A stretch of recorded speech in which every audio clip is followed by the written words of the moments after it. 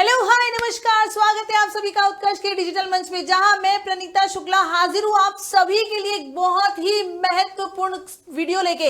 इस वीडियो में मैं आपकी जो दुविधाएं हैं उसको दूर करने वाली हूं। क्या है दुविधा? दुविधा यह है कि सारे बच्चे जो हैं अब बहुत परेशान। क्यों हो रहे हैं परेशान? क्योंकि मात्र 2 दिन रह गए हैं एग्जाम के लिए, और इन 2 दिनों में अब क्या होगा, मैं क्या करूं, क्या लिख के आऊंगा, मुझे कुछ समझ नहीं आ रहा है। इस तरीके की टेंशन पालकर बैठे तो भाई साहब बिल्कुल टेंशन करने की जरूरत नहीं है, क्योंकि यहां पर मैं आई हूं आपकी उसी दुविधा को खत्म करने के लिए। क्या करना है आज मैं आपको समझाने वाली हूं। भाई लास्ट 2 दिन जो बचे हैं हिंदी एग्जाम के लिए, 12 मार्च को आपका पेपर है और 10 और 11 सिर्फ ये 2 तारीख आपके पास बची है। तो इन 2 तारीख में आपको कैसे रिवीजन करना है, क्योंकि अब बेटा वो समय नहीं रहा कि आप याद करने बैठोगे, अब सिर्फ हमारा रिवीजन होगा। और उस रिवीजन को कैसे रणनीति के तहत करना है, कैसे किस टॉपिक को किस समय कैसे पढ़ना है, ये मैं आज के इस वीडियो में आपको समझाने वाली हूं। तो बेटा बहुत गौर से सुन लेना, बहुत अच्छे से समझ लेना, जैसे मैं बताती हूं वैसे कर लेना। तो देखो तुम्हें कहीं कोई दिक्कत नहीं होगी एग्जाम वाले दिन। करना क्या है तो चलो मैं बता देती हूं तुमको कैसे पढ़ना इन 2 दिनों में। 2 दिन में बेड़ा पार कर दूंगी मैं तुम्हारा। इस 2 दिन में बेड़ा पार कैसे करूंगी? तो सबसे पहले यदि हम बात करते हैं तो बात आ जाती है 10 मार्च की, और दूसरी बात आती है 11 मार्च की। भाई 12 मार्च को तो हमारा सुबह सुबह ही पेपर है, 12 मार्च को तो सुबह सुबह ही पेपर है। तो 2 ही दिन बचते हैं, 10 और 11। क्या करोगे? देखो 10 तारीख को थोड़ा सा आसान कर देती हूं, है ना। 10 तारीख को आसान क्यों कर देती हूं? क्योंकि तुमको पढ़ना क्या है सबसे पहले ये देख लो। 10 मार्च के दिन तुम सिर्फ और सिर्फ एमसीक्यूज करने वाले हो। कौन से एमसीक्यूज? हिंदी व्याकरण, क्षितिज और कृतिका। ये मैंने आपको बहुत अच्छे से क्वेश्चंस करवा दिए हैं व्याकरण के, संपूर्ण व्याकरण के तहत मैंने आपको फिलअप्स भी करवाए हैं और एमसीक्यूज भी करवाए हैं। आपको वो तो क्लासेस मेरी देखनी ही है, उन वीडियोस के अलावा आप अपनी जो नोट्स बनाकर बैठे हो, जो तैयारी करके बैठे हो, उन दोनों को तुमको देख लेना है 10 मार्च को। आ गई बात मेरी समझ में? अगर मैं आगे चलूं तो नेक्स्ट पार्ट आता है रचनात्मक लेखन वाला। जी हाँ, वो भी आप 10 तारीख को कर लेना। समझ में आ गया? रचनात्मक में क्या क्या करोगे? निबंध बहुत अच्छे से देख लेना, समझ में आ रही है। पत्र लेखन प्रैक्टिस कर लेना और विज्ञापन की प्रैक्टिस कर लेना। ये तीनों आपको करने हैं रचनात्मक लेखन के अंतर्गत 10 तारीख को। यानी 10 तारीख को आपका लगभग इतना रिवीजन तो हो ही जाना चाहिए।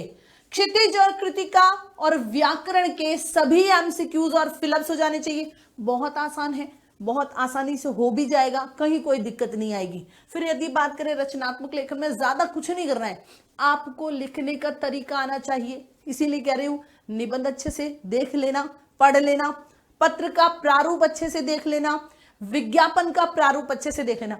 बहुत सारे बच्चों को क्वेश्चन मार्क है बेटा जी, विज्ञापन को लेकर बहुत सारे बच्चों को एक दिमाग में साइकोलॉजी है कि मैम क्या करें, पेन से बनाए या पेंसिल से बनाए।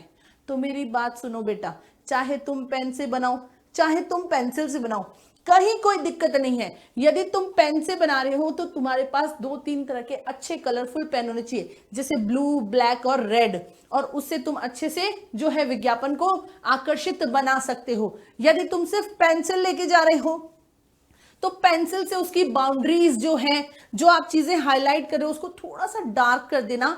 बाकी जो मैटर लिखो उसको लाइट रखना, लेकिन कुछ चीजें जो हाईलाइट होनी चाहिए, जो विज्ञापन को आकर्षक बनाती है, उसको आप पेंसिल से थोड़ा डार्क कर देना। कहने का अर्थ यह है कि यदि पेंसिल से भी कोई आपके विज्ञापन को देखे तो वो आकर्षित हो जाना चाहिए। कहने का अर्थ है अगर आप उसमें कलर का इस्तेमाल करना चाहते हो तो आप पेंसिल या वैक्स कलर का इस्तेमाल करें। स्केच पेन आपको बिल्कुल इस्तेमाल नहीं करना है।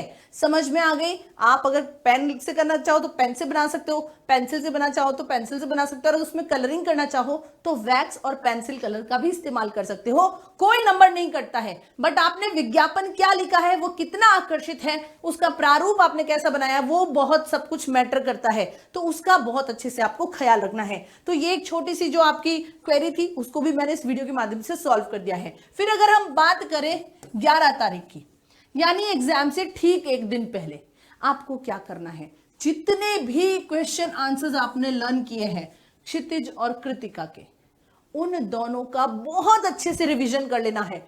हर एक प्रश्न को उठाकर देख लेना, हर एक प्रश्न को उठाकर देख लेना। नो डाउट आपने इंपॉर्टेंट क्वेश्चन आंसर्स जो हैं वो बहुत अच्छे से पढ़ लिए होंगे, याद कर लिए होंगे, लेकिन उसके अलावा जो कुछ क्वेश्चंस और हमारे पास होते हैं उनको भी अच्छे से रीड कर लेना।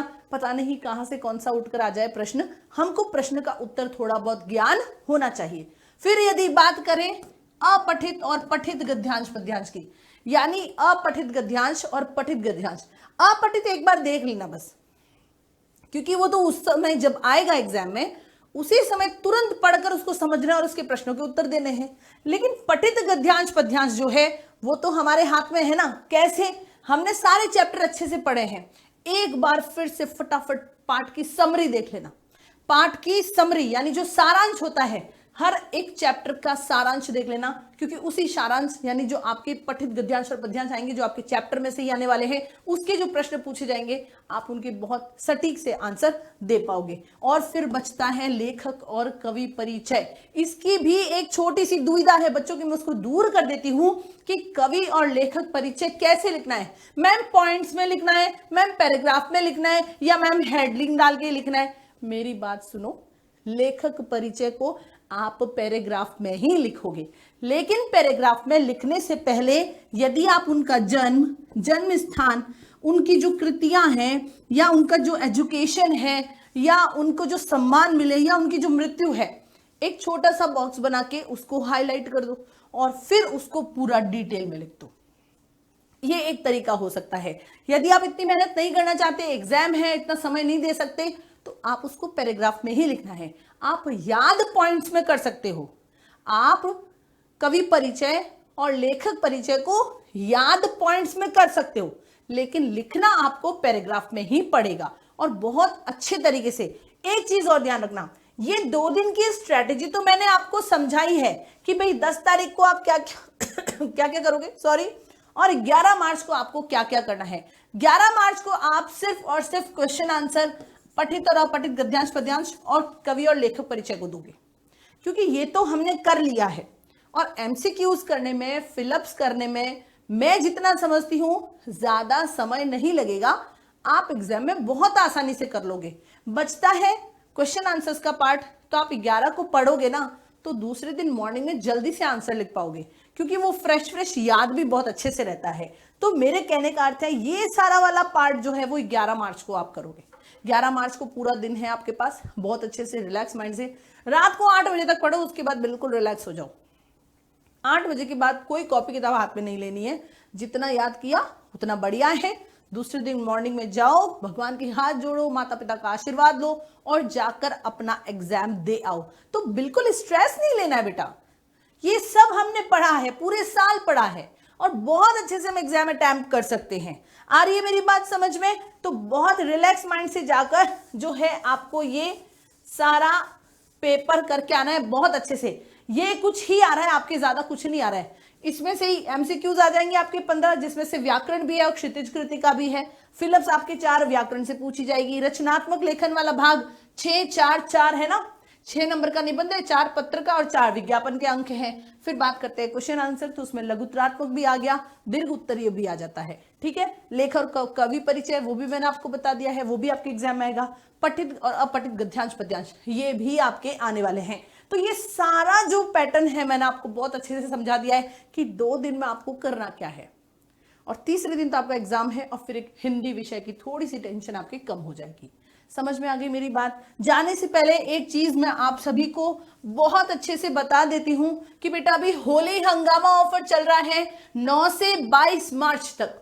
9 से 22 मार्च तक इस हंगामा ऑफर के अंतर्गत उत्कर्ष ऐप में क्लास 6 to 10 के सभी ऑनलाइन कोर्सेज ट्यूशन कोर्सेज पर अप टू 90% डिस्काउंट चल रहा है। भाई अप टू 90% डिस्काउंट तो आप कहोगे मैम हमेशा ही मिलता है, भाई इसके साथ और भी बहुत फायदे हैं। क्या है भाई, आपको अप टू 100% कैश बैक का भी ऑफर मिल रहा है। वो कूपन आते हैं ना स्क्रैच करने वाले, बिल्कुल सेम वैसा ही। उसके अतिरिक्त यदि बात करें तो जितने भी पेड स्टूडेंट हैं उन सभी पेड स्टूडेंट के लिए 10% एक्स्ट्रा डिस्काउंट है। उसके लिए आपको करना क्या है, आपको एक कूपन कोड अप्लाई करना है। उस कूपन कोड का है नाम होली। जैसे ही आप ये कूपन कोड अप्लाई करते हो आप एक्स्ट्रा 10% का डिस्काउंट भी आपको मिल जाता है। अब मेरी बात सुनो, एकेडमिक सेशन 2025-26 आरंभ बैच 2026 जो है उसके लिए मैं आपको बता दूं कि भाई CBSE, RBSE, UP, MP, Bihar board, इन सभी बोर्ड्स के लिए क्लास 9th और क्लास 10th, फिर चाहे हिंदी मीडियम हो या फिर इंग्लिश मीडियम, क्लासेस स्टार्ट हो रही है 1 मई से। तो जल्दी से जाइए, न्यू सेशन का जो आप कोर्स परचेज कर रहे हो ये सारे उस पर भी लागू हैं। तो मेरी बात सुनो, स्टैंडर्ड बैच जो है वो आपका मात्र 2900 रुपीज में अवेलेबल है। और यदि बात करूं प्राइम बैच की तो देखो, आप स्टैंडर्ड और प्राइम दोनों से ही बहुत अच्छे से वाकिफ हो। बीच में कुछ वीडियोस आए थे जिसमें हमने आपको स्टैंडर्ड और प्राइम दोनों का फर्क बहुत अच्छे से समझाया था। तो प्राइम बैच की यदि मैं बात करूं तो वो 3900 का पड़ेगा।